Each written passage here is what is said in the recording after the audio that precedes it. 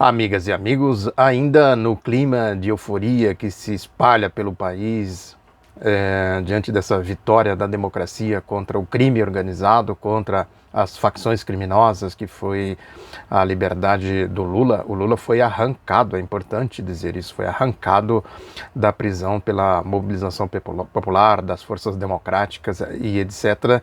É importante a gente começar a fazer algumas reflexões sobre uma espécie de prisão domiciliar que a direita e a extrema-direita elas se unem, essas duas facções, para manter o ex-presidente numa espécie de prisão domiciliar. Antes de prosseguir, eu sou Oswaldo Bertolino, jornalista, escritor, biógrafo. Quero pedir aqui para vocês curtirem esse vídeo, dar aí o like, compartilhar. Se você ainda não é inscrito, você se inscreva, porque é importante agora esse processo de reflexão, porque é uma nova realidade que se forma no país. Mais do que nunca a gente precisa sustentar esse canal e eu dependo de vocês. Sozinho aqui não tenho muito o que fazer a não ser exercitar aqui, né, um pouco de raciocínio, né, dentro dessa balbúrdia, dessa confusão em que o país se transformou. Retomando o fio da meada, o que a extrema-direita e a direita tentam fazer é isso. O Bolsonaro logo já deu uma declaração, os homens de bem, os cidadãos de bem, a gente sabe, né? Eu falo aqui sempre, é só ir no Bahamas que vocês vão encontrar lá muitos cidadãos de bem, da estirpe de Bolsonaro, da estirpe de Sérgio Moro. Não é à toa que ele e a Carmen Lúcia foram expostos na entrada do Bahamas. Vocês se lembram disso, né? Aquele luminoso lá, a turma tomando cerveja. Então, nada melhor para simbolizar o que é esse prostíbulo da direita brasileira do que aquela imagem, que é aquele... Esqueci o nome dele lá, Oscar Marrone, acho que é assim que ele chama, né? Enfim, é a promiscuidade, a depravação, etc, etc, etc. É os cidadãos de bem do Bolsonaro, é isso aí. São esses aí. Até tem um meme aí que diz, né? Por favor, me chame de qualquer coisa menos de cidadão de bem. Não quero ser cidadão de bem como esses indivíduos aí. E indivíduas também, é importante dizer isso. E depois vem o Sérgio Moro com aquela história, né? Eu não dou bola, no popular é isso, não dou bola para criminoso e tal, né? É mais ou menos aquela história do sujeito que sai por aí pregando a verdade, né? Eu sou a verdade, não sei, mas o que eu sempre falo aqui do Jim Jones, comparei muito o Deltan Dallagnol com a história do Jim Jones, né? O Salvador, eu vim para salvar, não sei o que, eu sou o dono absoluto da justiça. Esse, enfim, resumindo, é o cidadão de bem. Sérgio Moro, né, junto com o Jair Bolsonaro, e tem o outro cidadão de bem lá também, o Paquito de Wall Street. Aquele ali é um cidadão de bem típico, né?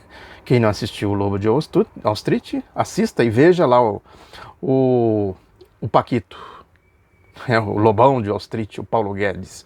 Isso aí, enfim, compõe aí, vamos dizer assim, as forças motoras, né, desse projeto que está destruindo o país, atacando o povo, destruindo a Constituição, pisoteando a Constituição, etc. etc. É o Bahamas governando. Esse é um dado da realidade. O outro dado da realidade é o que a chamada direita de centro, né?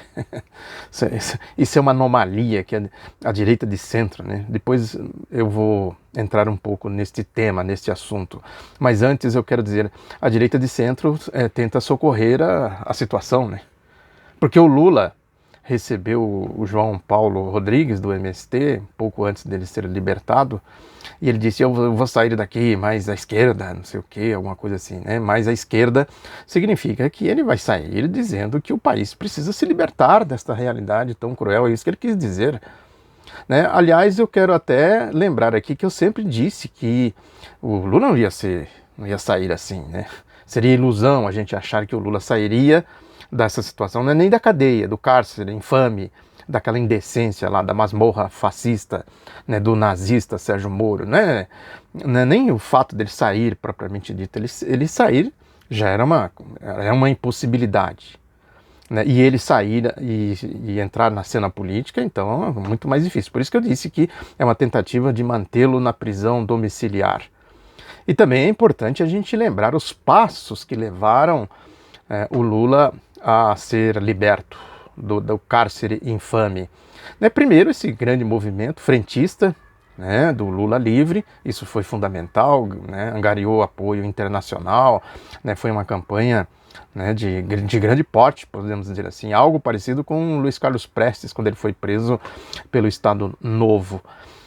Esse é um primeiro fator. O segundo fator, é importante lembrar o The Intercept Brasil, a Manuela Dávila, né, isso foi um fator também importante, porque mostrou com fatos concretos como age, quais eram qual era o modus operandi dessa facção criminosa, né, da Operação Lava Jato. É uma quadrilha perigosíssima, de gente, né, da pior espécie. Quando eu falo aqui da Lava Jato, eu tenho tanta ojeriza, tanto nojo dessa gente, que é inevitável uma certa exaltação. Porque eu conheço, é o que eu sempre digo aqui, o cinismo, né? Eu não falo com criminoso, né? Nós estamos combatendo a corrupção, sabe? Um bando de ordinário, de canalhas, que eu conheço, quem acompanha aqui sabe disso. Aí eu vejo eles falando isso, dá vontade de chegar na cara do indivíduo e falar assim, porra, meu, como se diz em São Paulo, porra, meu, você é muito cínico, né? Deixa de ser cínico, nojento, ceboso. E vai, né? Se for levar a fundo a questão, Carlos Fernando dos Santos Lima tá lá no Facebook dele, as frases de porta de banheiro de rodoviária, né? Defendendo a moralidade e tal. Isso é a história do Banestado, por exemplo. O que ele fez, o Carlos Fernando dos Santos Lima, o que ele fez na Operação Banestado, e quem falou isso foi a revista Isto É, não sou eu. Eu só reporto os fatos, assim como o Moro lá em Maringá. Eu só reporto os fatos. Teve um assassinato no caso lá de Maringá. E o Moro se ligou sim. Não adianta negar que ele se ligou com aquela história lá, que ele se ligou sim. Está lá no outro lado da notícia.com.br. Quem quiser contesta lá. Vai lá ver os áudios da CBN, né? Pega lá as condenações na vara da Receita Federal da Receita Federal de Maringá, da Polícia Federal de Maringá, da Justiça Federal, melhor dizendo, de Maringá, que eu levantei, o caso do Paulic, o caso do ladrão Álvaro Dias, tá tudo lá. Desmintam, é simples. Eu não estou acusando ninguém, eu sou jornalista, pesquisador, eu só reporto os fatos, estão lá. Vocês que acham que não, vai lá e desmintam. Mostre o contrário. Simples. Assim como eu mostrei aqui, mostrei lá no outro lado da notícia.com.br, desde o começo que eles estavam montando um tribunal anti-Lula. Essa história de prisão em segunda instância, por exemplo. Os cachorros loucos foram para as ruas aí no sábado, né? A cachorrada latindo, rosnando. Quer dizer, não tem raciocínio. Não? Os bandidos, defendendo os bandidos, os canalhas, os ladrões, né? Porque o que acontece? Aí que entra essa questão da direita, da extrema-direita e a direita de centro. Essa composição que eles tentam isolar o Lula. Tentam tirar o Lula de cena. Ao tirar o Lula, consequentemente, eles tiram a esquerda de cena. Porque é inevitável a gente recorrer, né, ao processo histórico, ao funcionamento, sobretudo, da economia. Aquela velha história que eu sempre digo aqui do Lenin, né, que a política é a expressão concentrada da economia. O que eles estão fazendo é simplesmente administrando a crise da economia, do capitalismo. Uma crise estrutural. Eles precisam descarregar o peso da crise na pirâmide social de alto a baixo. E por isso precisa ir achatando o povo, prendendo o povo, né, massacrando o povo. Senão o povo reage. Que porra é essa aqui? Tira esse peso daqui, eu não tenho nada com isso aí não. Aí achata o povo, joga a crise em cima do povo, com desemprego, violência, né, arroxo nos investimentos públicos, de infraestrutura e etc, etc. Né? E quem organiza o povo? Os partidos de esquerda. Eu estava lendo aí um colunista na Gazeta do Povo do Paraná, que ele estava falando da UNE. Por que a UNE se liga à esquerda? É um fato interessante, né? Por que os movimentos sociais, o movimento sindical, o movimento estudantil, as organizações do povo são de esquerda? Por quê? Por que a direita não consegue, né, organizar o povo, né, ter uma organização do povo? Por que não consegue? A direita se mantém no poder, a gente sabe como, né? Poder econômico, corrupção, o monopólio midiático, né, que é a mediação ideológica. Prestem atenção que ninguém da mídia, nenhum veículo da mídia fez qualquer aceno para o Lula, qualquer condescendência para o Lula. Nenhuma. É só porrada, pancada para essa união com a extrema-direita, né? Por isso, é lógico que precisa achatar o povo para empurrar o peso da crise em cima do povo, né? E evidentemente que pega um Lula, por exemplo, que traduz a ideologia do povo, expressa a ideologia do povo, diz a verdade para o povo. Este canal aqui, por exemplo. Por que esse canal aqui... Vê se alguém aí vai, eu quero um patrocínio de um grande grupo, que vocês não são a favor da democracia, da liberdade de expressão, ou o velho da Havan, ou dá uma graninha aqui pra gente investir aqui nesse canal, a Globo, os bancos, etc, etc. Não tem... a ditadura, quando fala da ditadura do proletariado, é isso, a ditadura da burguesia, ditadura do proletariado, uma anula a outra. Se tem ditadura de um, né, consequentemente, não tem ditadura do outro. É trabalho e capital, essa engrenagem que move. O sistema é assim. O povo vive do trabalho, o povo vive do quê? Vai viver de renda, de Wall Street e tal. Não vai viver de nada disso. Tem que trabalhar, vender a sua força de trabalho para ter um salário, né? O capital julga que o simples fato de ter um trabalho precário já está bom para o povo. Os escravos, né? O capitalismo tem escravismo, sempre disse aqui. Tem feudalismo. O capitalismo não é um regime acabado, não é o fim da história. A Revolução Francesa. Por que houve tantas revoluções no pós-Revolução Francesa? A era das revoluções na definição do Eric Hobsbawm. Por quê? Que é isso, né? O povo... Eu sou brasileiro, sou aqui desse país ou de qualquer outro país e tal. Eu trabalho, produzo aqui e tal, eu tenho direito. Vocês calem a boca. Aí cria-se as facções criminosas, como criaram na ditadura militar.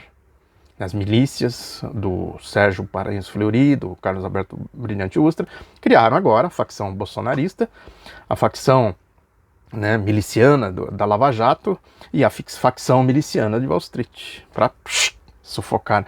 E o Lula, né, que prende o Lula. Não dá para prender o Lula porque a Constituição... Vocês estão violando a Constituição de maneira muito flagrante. Né? E aí tem que soltar o Lula. Então vamos manter o Lula nesta espécie de prisão, né, domiciliar forçada. Não deixa ele falar. Quando ele fala, pau nele, cacete nele. Né? Ataca ele, agride ele, como fez o bandido Sérgio Moro, criminoso.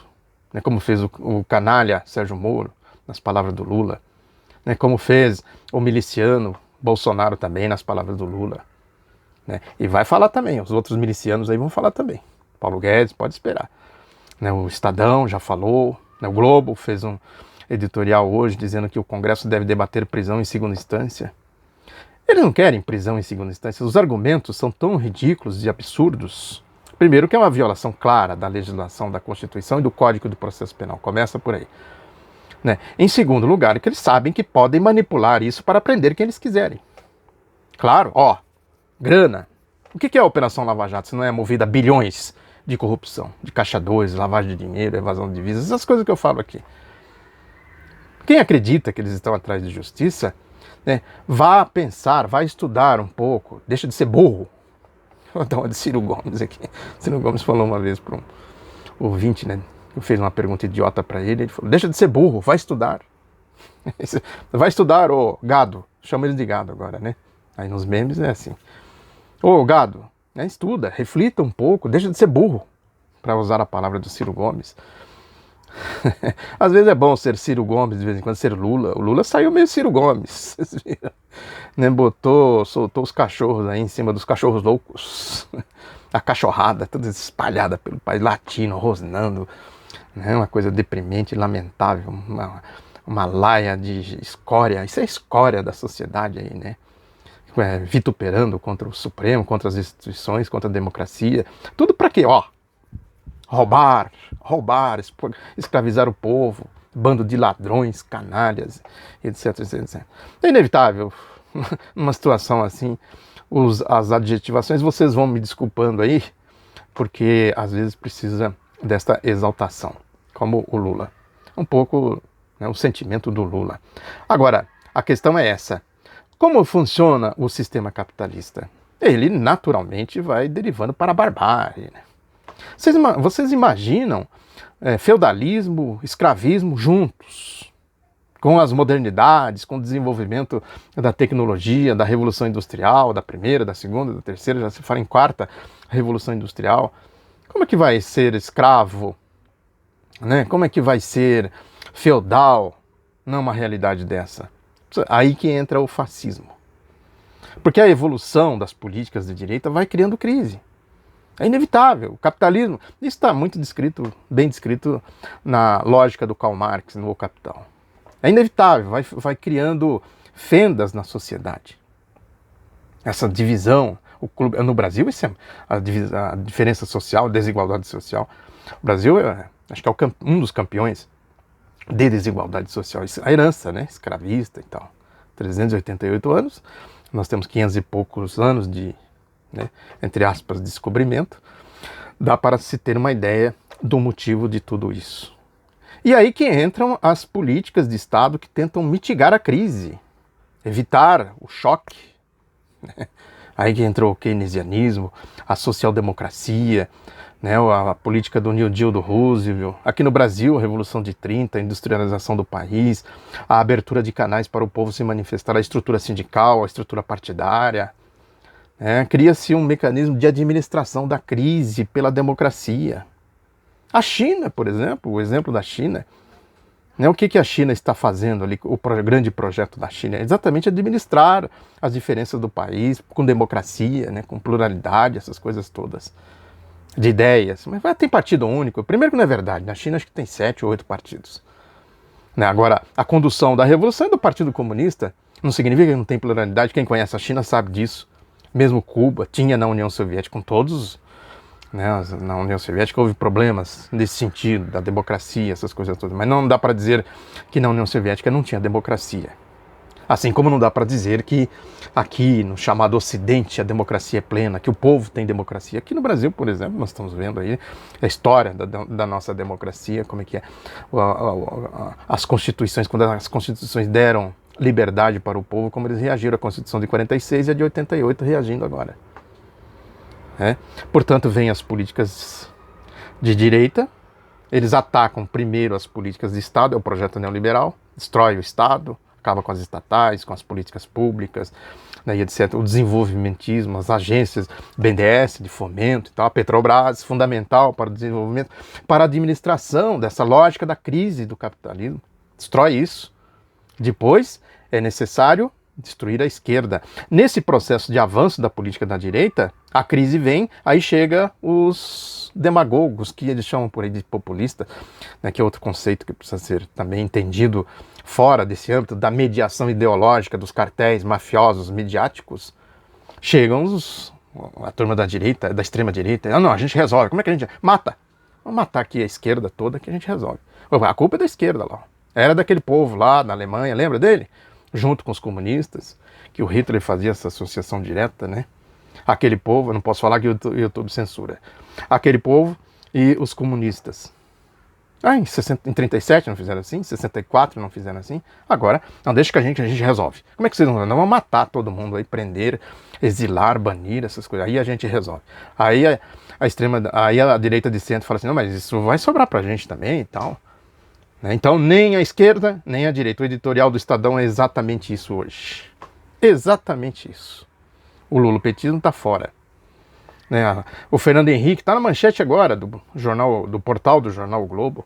Fernando Henrique pedindo a união do centro e tal. Eu duvido eles se unirem, porque eles criaram uma situação de polarização. Eles acirraram o escravismo, a Casa Grande e Senzala. Eles vão unificar o que agora? Como que eles vão unificar pelo centro?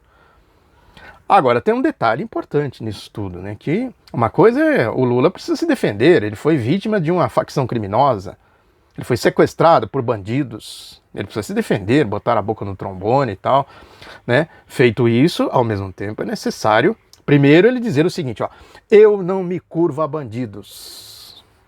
Bandido vai pra lá, sai pra lá, ó, seus milicianos, canalhas e tal, vai pra lá, sai daqui, show, some daqui, cambada. Né, dá um pé na bunda desses milicianos bandidos e tal. Primeira coisa é essa. Segunda coisa, é necessário um envolvimento com um processo político, né, amplo, né, de defesa da democracia, de criar uma alternativa, um projeto efetivo político, com força política, para arrancar o país das mãos das milícias. E aí, às vezes, é preciso ir para o centro, às vezes até ultrapassar o centro. Né? Não dá para dizer que o Globo, o Estadão, a própria Folha são de centro. Não são de centro. Eles são de direita. De direita.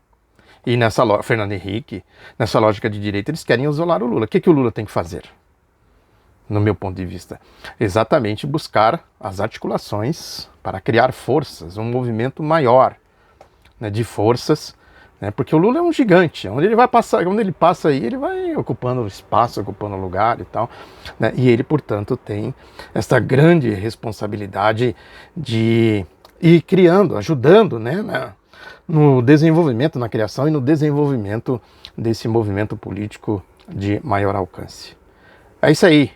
De olho nesses milicianos, que são os primeiros que atacam, deixa que eu mato, né? Eu mato aqui, resolvo o problema, né? Com milícias, eu dou tiro, eu prendo, rasgo a Constituição, não sei mais o que.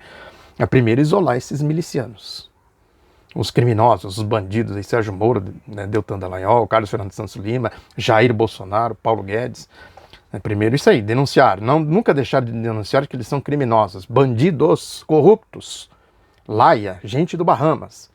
A segunda questão é dizer, não, o país não pode ficar na mão desse tipo de gente, não.